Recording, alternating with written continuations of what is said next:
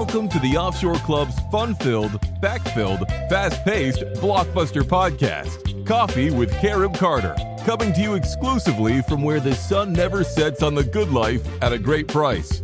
And now, fill up your favorite coffee mug and join your expert and your guide, Carib Carter Clues. Hello, and welcome once again to Coffee with Carib Carter. Let's do this thing. Here we go. Actually, episode 8. Can you believe it? We've been together for eight weeks now, and we're just going to keep on going for the next 8 years at least. So again, welcome, and again, I want to say, please keep those emails coming and your comments on the Carib Carter Facebook page. Okay, those of you who have written to me, I appreciate it. I try to respond on each one. Matter of fact, I do respond to each one because I think that's important. I need your feedback. And on the Carib Carter Facebook page, if you haven't visited yet, remember, I post videos there almost every day. Okay. Some of them I post to my wife, to Angelita's dismay. I post from my dungeon weight room in the basement. She says it's muy feo. It's very ugly in Spanish. Just to talk to you about whatever's on my mind. A lot of times letting you know about a great new bargain I found in the $1,000 Realtor Caribbean, or, just an update on what's going on that I think might help you as you hasten toward your decision to make the move offshore to live the good life at a great price. I always like to start out with that, with a story to kind of put into context for you what it is really like to live there. As you know, and let's revisit this. I lived in Honduras for over a year.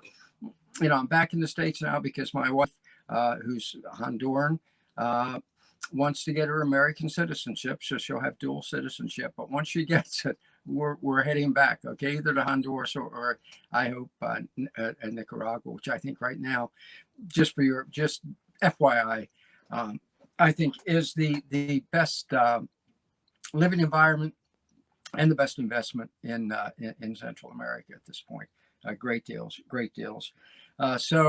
But when I open up telling you a little bit about what it was like, I want you to know this is firsthand, and you'll see this one really is. And it goes back to one of my first trips. I lived in a little out of the way village out back called El Pino, and I take the bus into La Ceiba, the tourist capital of Honduras, which is about 100,000 people, all right on the beach, beautiful beaches.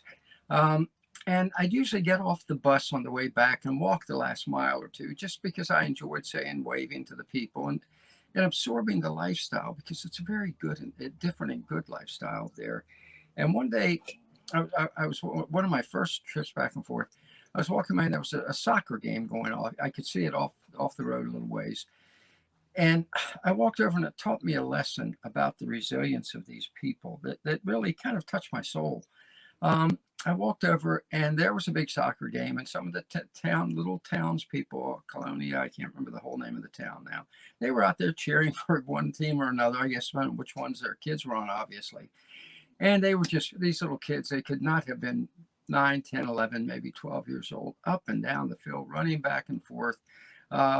Great game, the cheering and yelling and all, and nonstop, and hustling up one side and down the other. And I watched and I enjoyed it. And then I noticed something that really impacted me. And I think it would have impacted you as well. I looked and I realized all these little kids, happy, smiling, enjoying themselves festive, they were barefoot. And this was a rugged terrain. This is rugged, hard clay terrain, rough. No bulldozers are coming to smooth their soccer field for them. No grass planted over it or whatever. But they were barefoot, And some of them, had little cuts on their feet and such, but it didn't matter, because this was their life, and they were living it to its fullest, and they were enjoying it. And it taught me, you know what? That old thing about I cried because I had no shoes, so I saw a man who had no feet. And I had been crying for, maybe not having the shoes I wanted all my life. And here these kids had none. And yet they were out making the most of their life and enjoying every second of it. And I realized that sometimes you learn a lesson about you don't need to have everything in life. You just have to have life within you. And that's what you're going to find when you get there, the spirit of these people. And you know, some of these same kids later I would see when at evening when I would go to my AA meetings, I told you about that. I didn't even speak the language, but I would go and absorb the atmosphere and the environment, the spirit. And I'd see these same kids there, and I'd say to them, hey, come here, come here, come here. And I'd give them 50 cents, right? Or, you know, sometimes as much, and say, can you go up to the little store there for me and ask Glendy, the little girl worked behind the counter, again, just a little girl, right? Can you get me some chicletas, okay? Some bubble gum. Right? Bring me a little bag of bubble gum so I can chew it while I'm here at this meeting. And they run up there. And of course, when they get back, I take one or two, and there'd be 50 of them in there. And I'd say, well, here, you take the rest and make sure to share with your brothers and sisters and your little friends, maybe tomorrow's soccer game. What do you think? And they'd be as thrilled over those little chicletas, more thrilled than sometimes we see kids in this country who get a whole lot, okay, and who have shoes and a, you know, kind of maybe a cushy life, but they don't. But what they have is a joyful life, okay? And it teaches us all a lesson, doesn't it? And I think it's something you're going to learn to love when you go down. You're going to love the spirit of these people who, while they may have little in terms of earthly goods, have spirits that simply overflow, okay? So it's yet another reason to make that move down there, to do this thing, all right? So that's the good news. That's the beautiful news. So let's move from there to what I call sometimes, and I'm going to make it short because I'm not going to say I don't like this section because I believe it's an important section. What we call those who are regular viewers, we call the Mad Max report, and it's what happening in this country.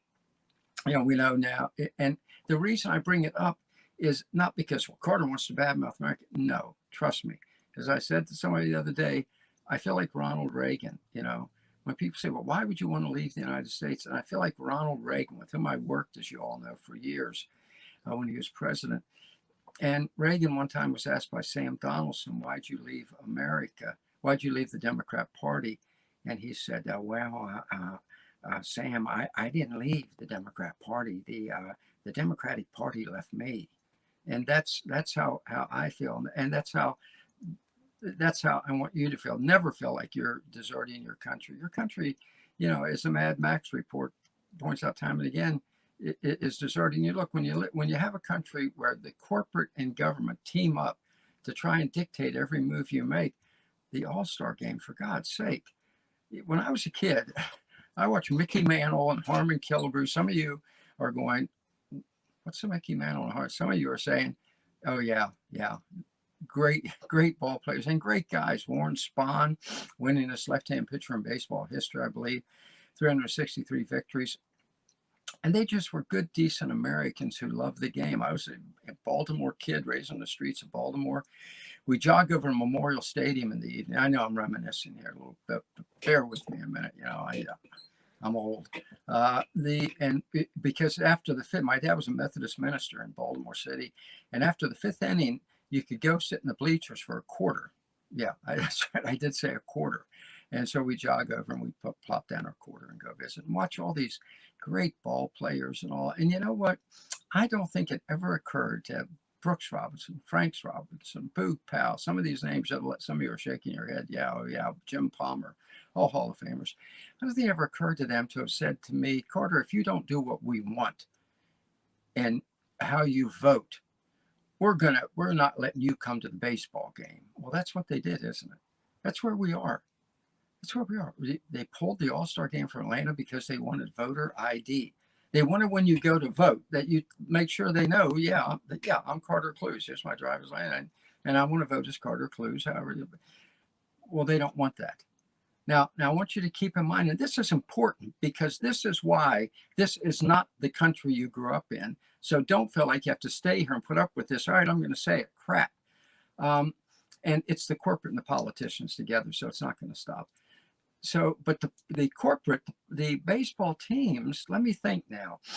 If I go to the ballpark, to the will call, all of you have been to the ballpark. Let's say my brother leaves tickets for me. He said, "Hey, Carter, I'll meet you at the game, man." And you live way out in New York, and I live, so I'll probably get there first. But I'll leave your tickets at the will call window. When I go up, what do they say to me? What do they say? Do I say, "Hey, I'm Carter Clues. You got my tickets?" And what's what they say? Yes, of course, sir. Do you have an ID? What? What? So to go into a baseball park, Major League Baseball tells you have to have an ID. But to vote, the most precious franchise we have, corporate America is now telling us you're not allowed to ask to make sure that your vote is legitimate, is as legitimate as your attendance at a baseball game. I'm not going to preach anymore on this. I'm simply saying that's not the kind of country that you want to live in, where the corporate and the politicians team up to keep doing this to you every single day. And it's not the country certainly not what you want your children to live in, especially when you think back on all those things I talked about, the joy of life we had. Remember I told you looking at the soccer game there? I enjoyed that soccer game as much as I used to enjoy the Orioles. Okay? Okay, so give your kids that. Give your kids that. Make the move offshore again. Let's do this thing. Okay, so that's the Mad Max report today. I'm not going to continue it. I just want you to know that. Let's move on to that, to something, again, enjoyable, because it's the positive part. The positive part. And that is the life you can live offshore. As you all know, I love Ryan Serhant, the $1 million, the $1 million listing New York. We do our own $1,000 listing Caribbean. And today I have what I think is a very good one for you. I've always loved Uruguay. I think part of the reason might be Uruguay is really Italy in South America. I don't know how many of you know that. Uruguay, they speak Spanish with an Italian accent, okay? Just like I speak Spanish with an English accent. They speak Spanish. And they have cobblestone streets. It's like, look it up, Google, Uruguay, Montevideo, and you're going to say, well, no, that's European. They must have mixed up the picture. That's Europe. No, that's Uruguay. Okay. Great country. Great. Free. It's a free country. There's no this from all the politicians and the corporations. You're free to live your life. And that's what we want. It's what we bargained for. It's a social it's there. Okay. But not only is it there, but the prices are incredible. And so today's $1,000 listing Caribbean, I got one for you you're just going to love. This is in Punta del Este, okay? Punta del Este. Those of you who really speak Spanish are saying, man, that guy's Spanish is awful, but that's as close as I can get. It's a peninsula, okay? Peninsula that goes out into the water, absolutely stunningly gorgeous. As a matter of fact, I'm going to ask our super producer, Brian, to show you some of the pictures of Punta del Este while I'm talking, so you can know what you're in store for. And what I found for you there, and again, it's on Vivian. Remember, I kept telling you, I don't get a penny for this, okay, from Vivian or whoever you buy. If you decide to buy this place, I don't get a penny for it. That's not my concern. I make my living as a writer, okay, and I've done so for a lot of years. And God's been good to me, thank goodness. But this is out of concern for you, okay? It's out of concern for you and those you love, your children and your children's children to come, okay? This is kind of like we talk about, I write for some investment companies, talk about legacy wealth. Well, this is legacy living, okay? So this one is the flats on the first floor. This is on Punta, and super producer Brian showing you the pictures here. 2 bedrooms, large living room with a large window with a view of palm trees and the water and the beautiful water surrounding this peninsula. Bathroom with shower, kitchen, again, with the open view, and a terrace. So you go on the terrace and you look out in this beautiful, beautiful scenery around you. Okay, it's the Caribbean, for Pete's sake. I'll get to the price in a minute. Yeah, don't rush me. I'm going to get to the price. It has the microwave, washing machine, all, the proper amenities. Right at the tip of the peninsula, between the marina, where all the upscale restaurants are, and the lighthouse. Gorgeous lighthouse, gorgeous lighthouse. Google for yourself too, in addition to the super producer Brian's pictures.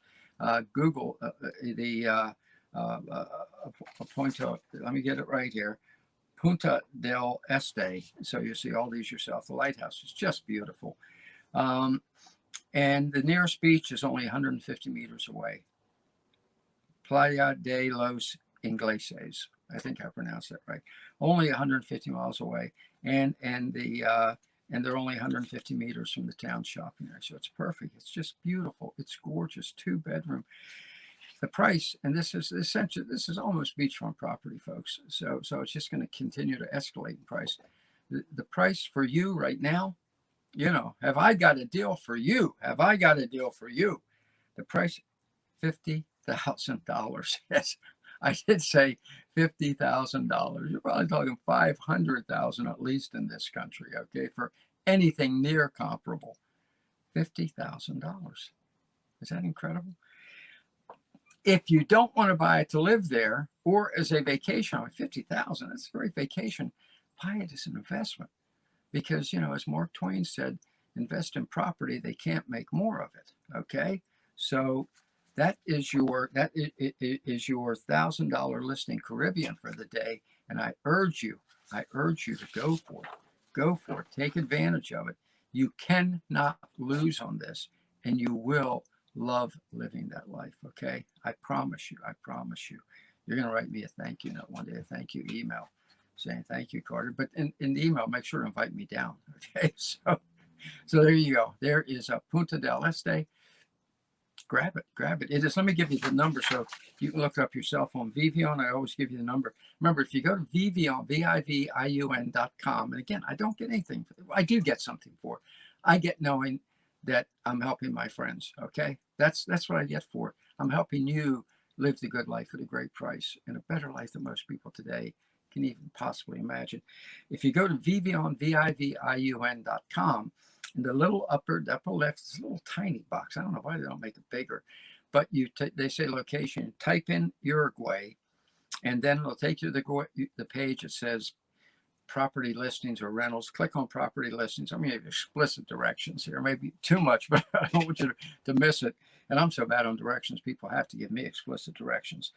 And do the and type in and look for rather the AD-1705. Okay, it's almost all the way down the page. Okay, on the first page of listings, I think it's the next one up from the bottom. Okay, or you can go to the little box I told you about up in the upper corner over here at vivian.com and just type in what I just gave you, AD-1705. It'll take you directly there. That's a couple more pictures and the full description and where you can contact them to take advantage of this, because I honestly think it's a great opportunity. So if you're interested at all, don't miss it. Don't miss it, because these things, you know, I bought a home on Vivian years ago, and I look there all the time, and they don't last. Okay, as a matter of fact, some of them I've plugged on this show are gone. Okay, and I've gotten notes from people saying thank you. So we'll see. Friends and family. I have actually a twofer for you. First of all, I want to play a video. Those of you who get the Gazette, if you don't, make sure to go to offshore.club and sign up for the Offshore Gazette. Every day you'll get it, probably around noon, which is a good time, because then, you know, if you get it in the morning, you got all these emails people have been sending you all night. And, you know, everybody gets you an email first thing in the morning. You say, oh my God, I can't wait through all this. So the Gazette hits around noon or so. So when you're having your lunch, you know, grab my sandwich and read the Gazette. It's great articles about offshore life, and videos. And one of them I always get this mixed up. I think it's Thursday, but it could be Wednesday, is The Community Man with Patrick Hiebert. And his videos are always fantastic. And I want to play one of them for you now, just because I want to make sure you don't miss it. He gives us so many great videos. I'm not sure this one's going to be coming up. So I want to make sure you see it. So I want you to see this video about turtle rescue. Okay. A lot of us love animals. My wife and I just had doves lay their eggs in the transom above our door. We couldn't go out the door for over 2 weeks because we didn't want to disturb their life. And finally they hatched, and the little squabs, what I think they're called, flew away. But if you're an animal lover like that, this is a great video. I think it lasts maybe 3 minutes at most. And it is about turtle rescue they're doing down there, okay? And you can be part of this. This is not some big organization like up here, well, you have to join the SPCA or the Humane Society, blah, blah, blah. No, you don't. No, you don't. Down there, life is still simple. This is in Nicaragua. Life is still simple. It's friends helping friends, okay? Hey, let's get together and save these giant turtles, right? We know where their eggs are, and I think it's like 5 times the chance of survival if we bring the eggs up and rebury them in the sand and watch them hatch, watch over them to make sure no human or animal predators get to them, and 5 times the chance of survival. I think is what the video says. You'll see for yourself when you watch it. You're going to love this video. You love it for 2 reasons. One, it's going to make you feel good to see these turtles emerge, these little baby turtles, and take off and know that they're going to go live their life in that beautiful, beautiful beaches and the waters of Nicaragua. And 2, it's going to make you feel good to watch these people who have gotten together and have done this, and know that one day you can be part of it, okay? And you'll know Patrick. Remember, one of the advantages of being in the Offshore Club is all these people, Patrick, Alyssa, who does her expat mom, Rachel, they're all your friends now. So you're not, when you go make your move offshore, you're not coming as a stranger, you're meeting friends, okay? You're meeting up with friends. And so watch this video and I'll be right back.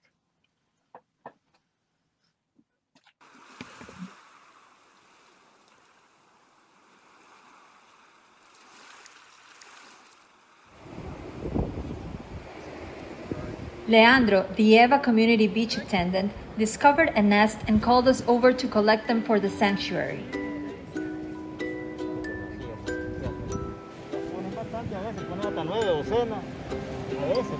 This is an unusual late season discovery. Most nests are found between September and January on our beaches. La tortuga más buena. Buenísima. Como 10 docenas puso. The turtles usually lay approximately 100 eggs in the nest. This time it was 111 eggs.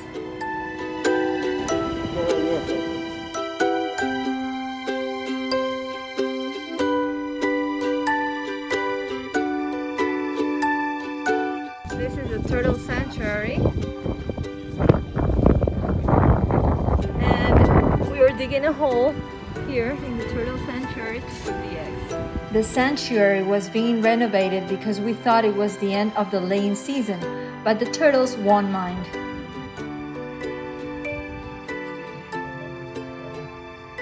Did you know that the sex of the baby turtles is determined by the temperature of the sand they are in?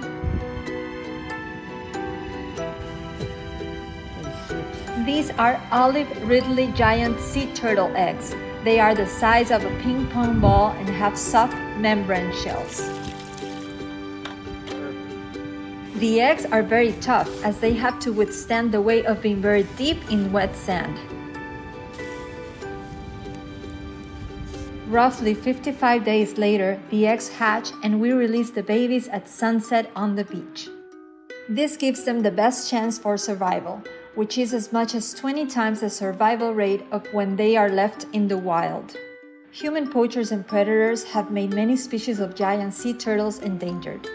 But by finding nests or buying the eggs from poachers directly and putting them in the sanctuary, we are making a big difference.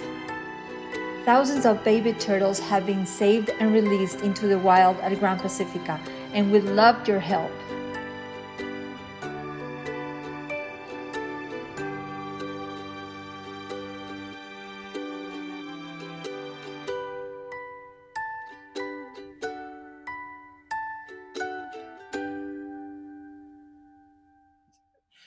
Wow.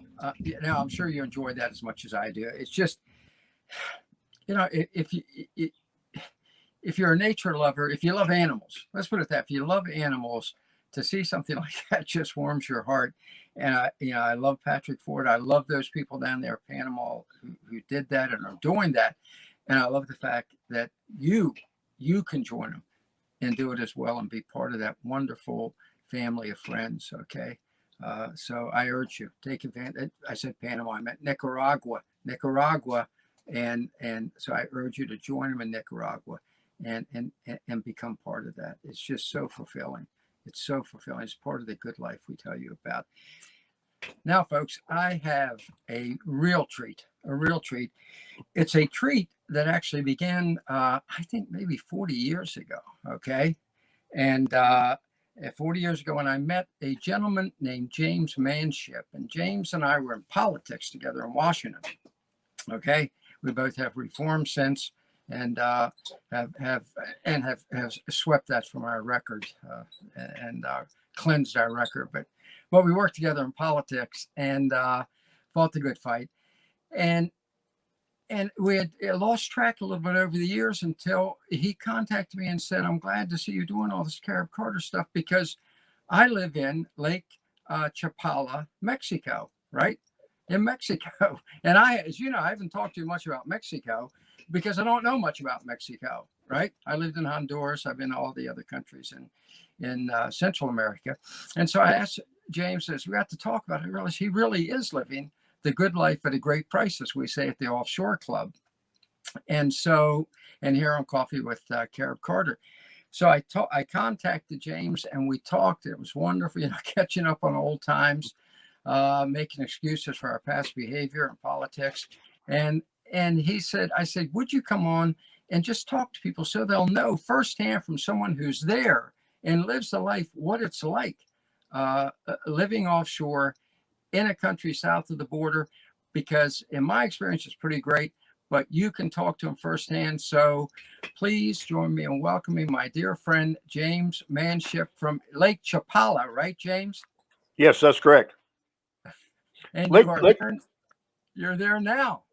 Yes. As I say, here's the picture of it on my shirt. It's the largest natural lake in Mexico. It's at about 5,000 feet high. And where I am on the hillside, I'm about a mile high. So as a consequence, the weather is very nice. National Geographic describes this as one of the two best climates in the world. Lake Victoria in Kenya is the other place, and I'll leave out my little comment about Lake Victoria and who's born there. Anyway.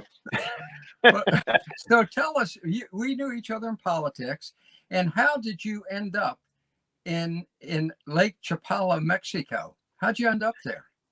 Well, about the same time we met each other, which I think was like in 1981, through our mutual friend Ken Thompson. Yeah. Okay.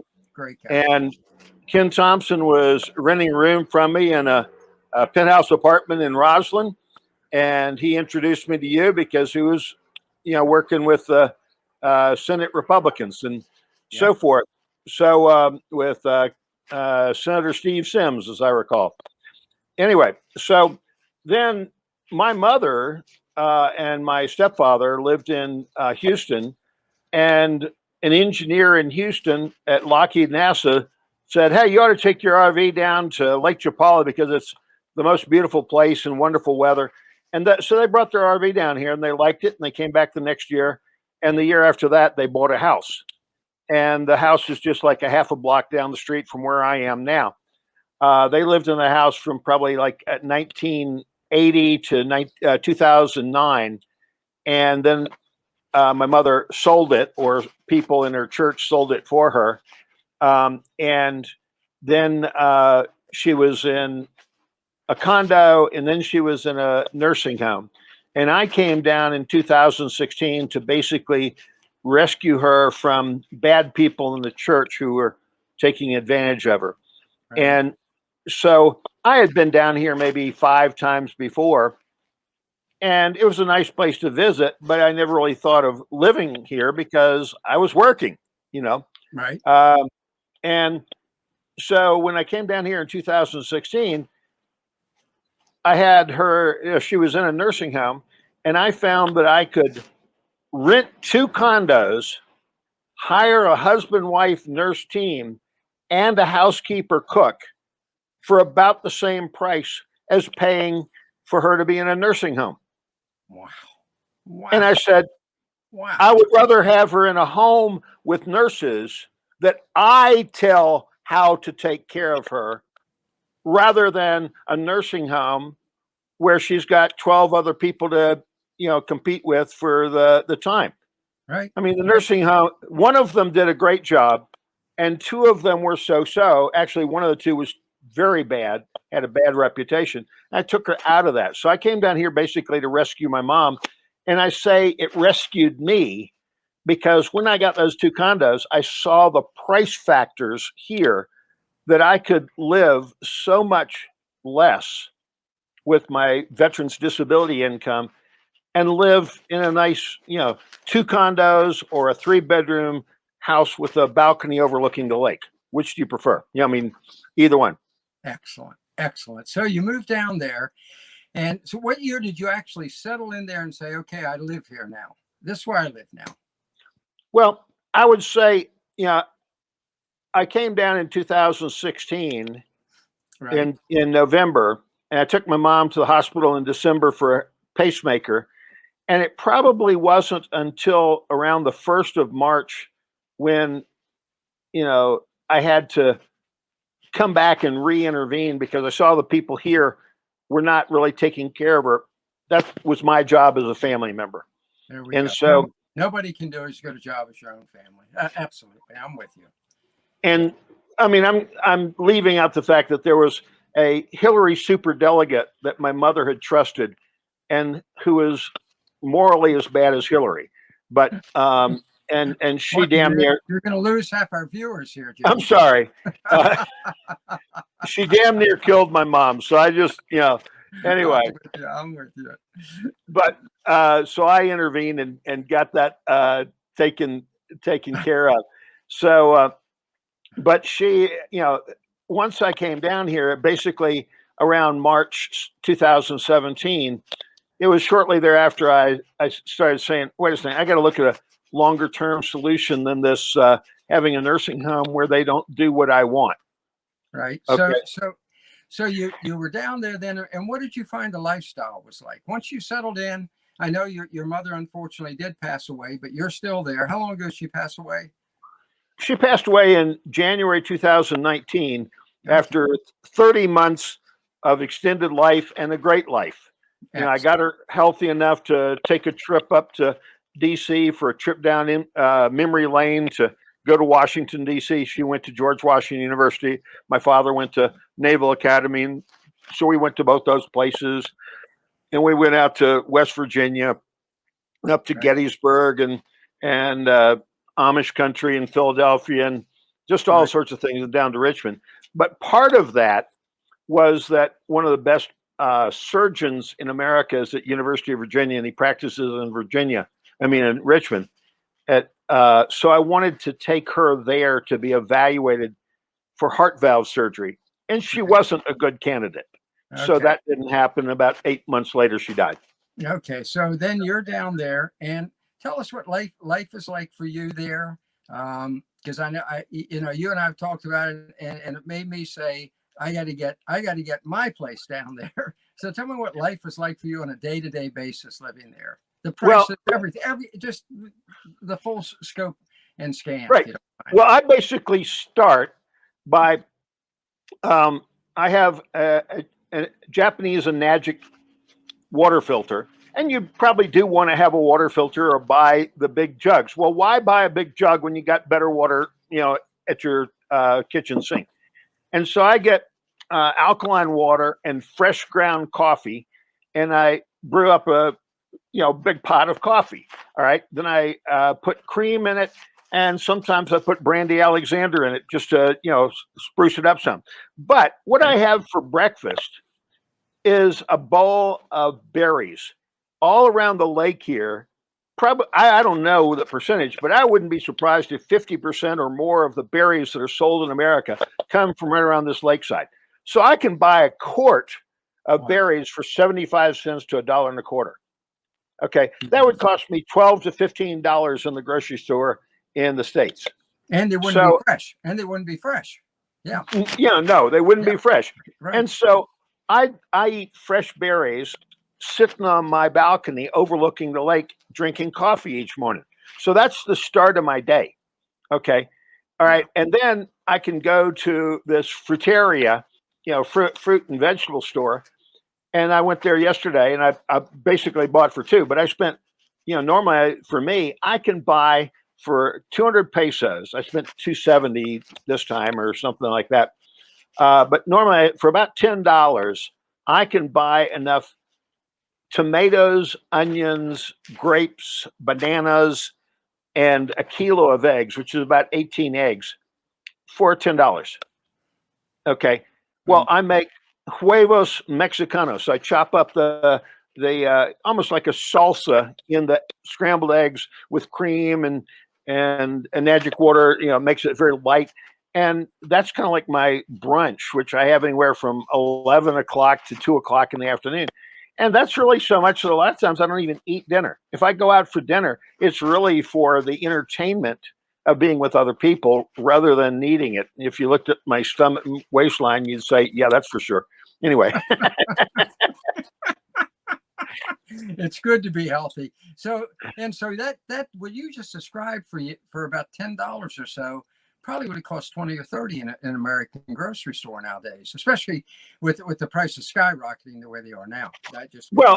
Yeah, I would say probably 25. What cost me 10 would probably be 25 at least. And then, the berries, as I say, what cost me, that's, one thing is probably $12. So I buy like 4 to 6 things a week.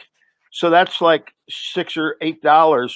That would probably be like $90 of berries in the States. Wow. And again, let's emphasize these are fresh berries, folks.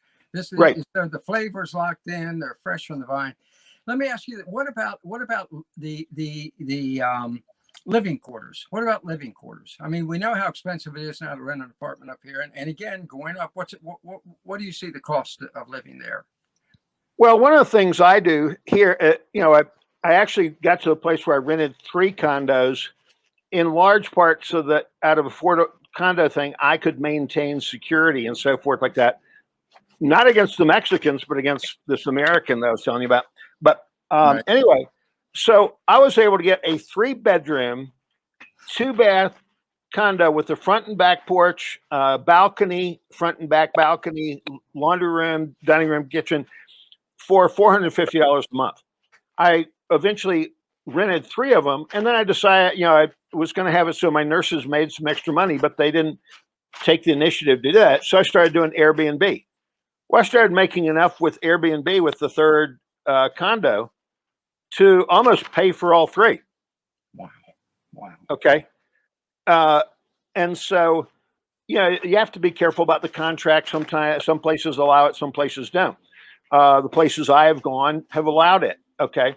And so I've got a house now and it's got 3 bedrooms, and I've got a guy who's from Minnesota right here for a month. And I had 2 different women, actually 5 different women, and they different times that came for 2 weeks to a month at a time so they could evaluate whether or not they wanted to stay here. And I helped them find a place.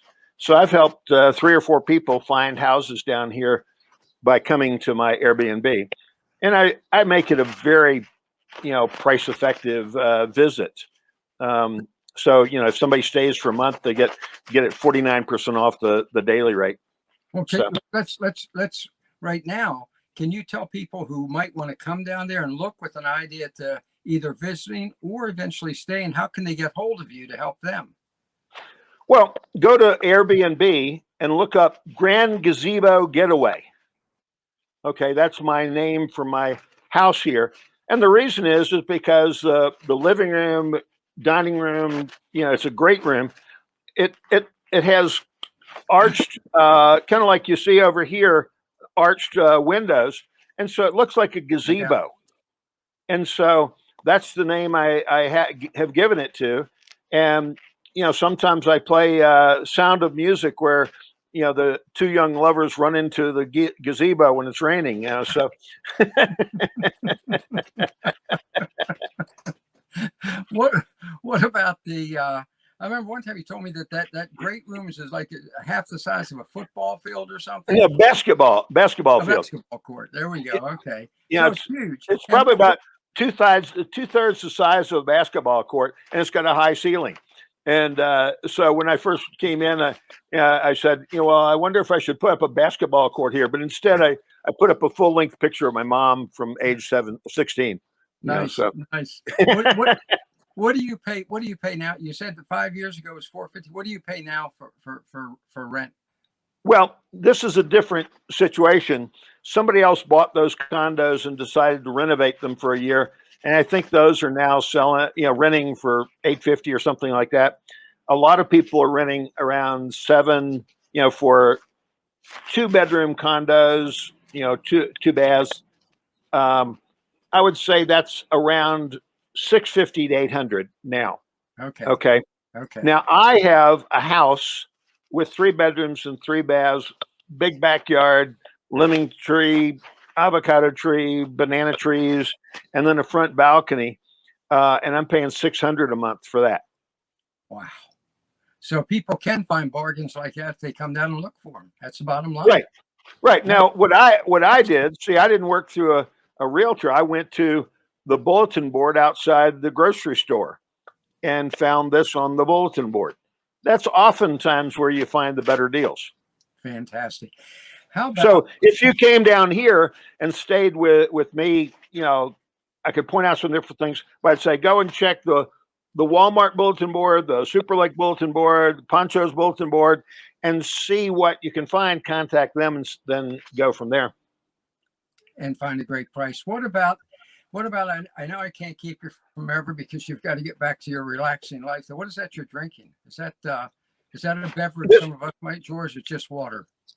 It's I'm doing my it's the antidote to the coronavirus, the Corona beer.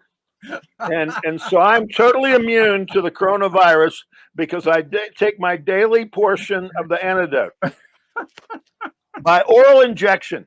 You're a good man. Well, that leads me perfectly into my next question. What is this? Before you leave us here, tell us what is the lifestyle? How's the lifestyle? I mean, obviously you're not a very lonely guy because you're a very happy guy. But what is the lifestyle there? You have friends, and so what do you do? Well, one of the things that's interesting is that the largest American Legion post outside the borders of the United States is here in Lake Chapala. The largest colony of Americans outside the borders of the United States is here in Lake Chapala. So There's something like 40,000 Americans in the Lake Chapala area. Okay.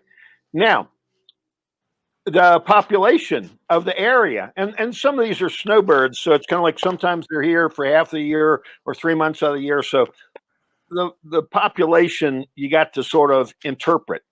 Okay. How many people? I would say that 40,000, probably not more than half of those are here at any one time.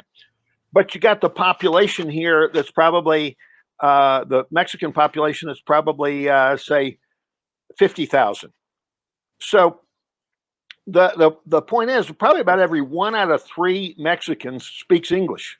So you don't even have to learn the language. If they don't know it, the shopkeeper right next door will interpret for them. And so, do you find them friendly? The Mexicans, do you find them friendly, receptive? They're wonderful. They're wonderful. I've got 2 or 3 people. Like one is a guy who introduced me to the police chief, and somebody said, I didn't realize that Manship had so many friends down there. Well, I don't, but I have some key ones. And so this guy named Danny, who runs a cell phone store, had met the police chief when he was a policeman on the beat. And so he set me up with a meeting with the police chief, basically, as I say, to protect my mom. But, it was just a terrible situation, but now it's wonderful. Anyway, so he then invited me to a party of his daughter being confirmed, and he danced with my mother at the party. And I've got this wonderful video of that. Okay. Nice. And then he told me about a place of a guy who, will deliver shrimp. And this woman's got this great business model that if you're having a party, you can call her and she'll bring you a big paint bucket full of Corona beer, ice on ice. So, if you run out of beer, you've got a beer delivery service. I mean, what more can you ask in life? I can't imagine. And so Beer, shrimp, and fresh berries. I don't know. and so I'm going to be having shrimp on the Barbie. We were going to do it last night, but we're going to probably do it tomorrow, and also paella. And so, living good. Now the fish pretty much come from the Pacific Ocean, which is like 100 miles away. Puerto Vallarta is about 100 miles away, and Manzanilla is probably 125 south. So, Puerto Vallarta is about 100 miles west. So it's just, so they're still fairly fresh. So they're not shipped in. Oh, yeah. Yeah. So, you have described what we keep saying at the Offshore Club, that living offshore, living down there, you can live the good life at a great price. Matter of fact, in your case, it's more like the great life at a great price. And we appreciate your sharing with us. Here's what I would like to ask you to do. I would like to ask if you can come back like maybe once a month with an update, just so people will know this is not a one shot. This is how you live. Yeah. Right. And depending on what you like, I mean, like people who are into drama, they've got a little theater, or they got 2 or 3 little theaters so that people can do plays and stuff like that. They've got a Lake Chapala Society, which has all sorts of different lectures and so forth like that. Several different English language churches.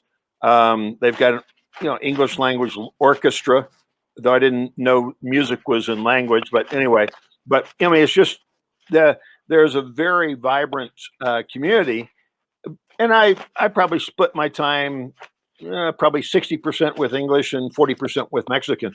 And like this guy, Danny, one of the things that was just wonderful, I got back and the place was dirty from 6 months of having left it alone. And I said, do you know a place? Do you know somebody who could help me clean? He says, well, my wife has this lady named Maura who cleans her house. And so he got her on the phone. She came the next morning. And that was great because the next day I had an Airbnb customer come in. And so obviously I wanted it nice and clean. Well, then she had a husband who lost his leg. He was a marathoner, lost a leg to infection. And they asked, if he and his brother could take care of the yard. And I said, sure. So I've got a man with one leg who comes on crutches, who helps, clean the yard, and he does a superb job. He climbs a ladder with one leg.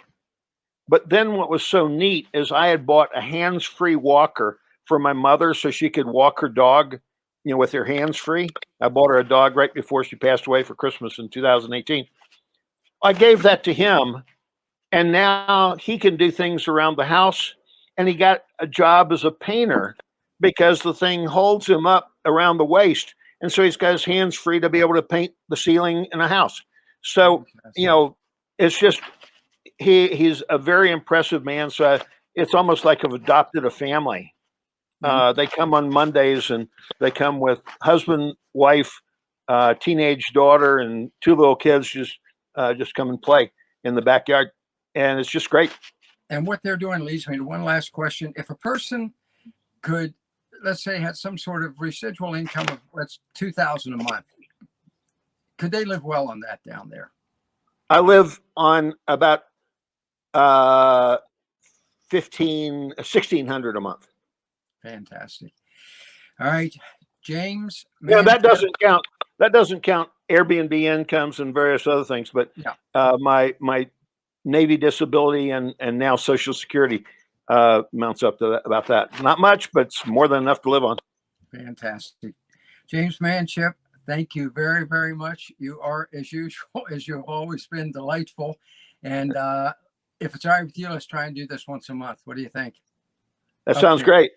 All right. Thank you, sir. I will be talking to you later. Mas tarde. I see you later. And that brings me to as I asked you to consider doing that, become part of that. That brings me to how we close every episode with our Let's Do This Thing segment. And this one has kind of a special twist, if you'll bear with me here. I'm always saying, life is short. Life is short. It's one of the reasons I urge you so often. Live at 1,000%. Okay, live at 1,000%. Don't let them take your freedom. Don't let them take your joie de vivre. Don't let them take all the wonderful life that we once had here. Not when you can have it all again offshore, and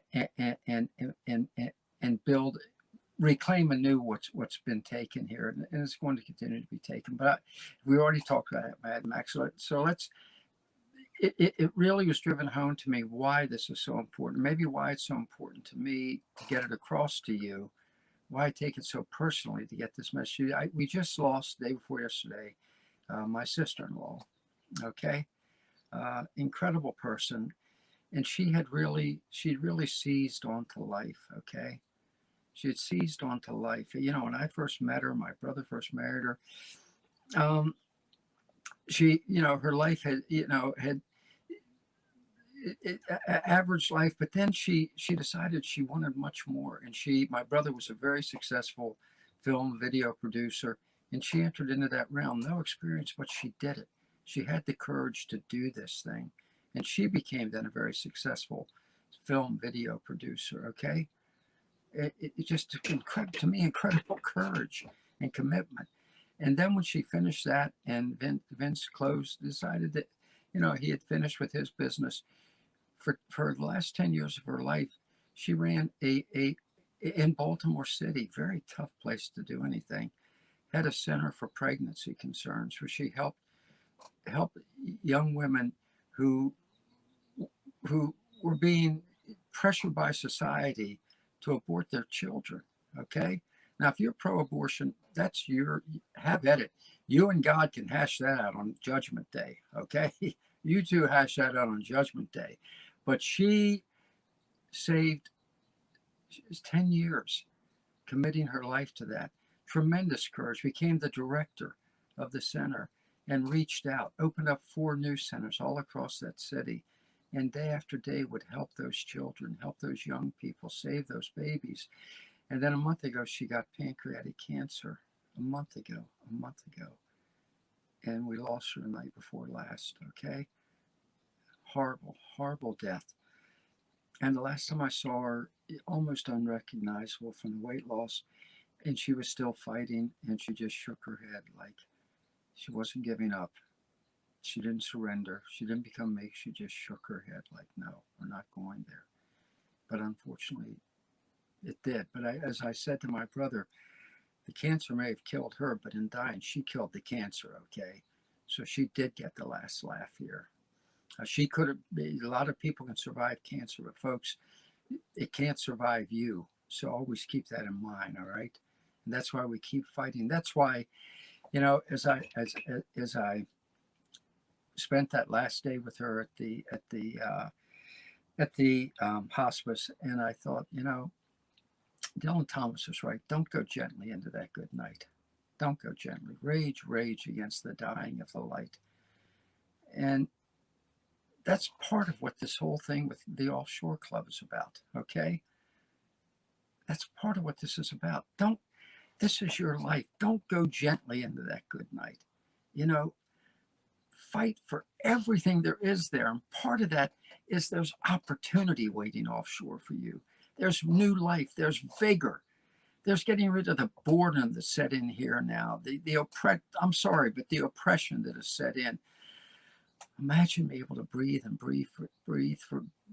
be free again in a land where you again have opportunity before things got so big and massive here that they could do this over and over again. It's not like that there.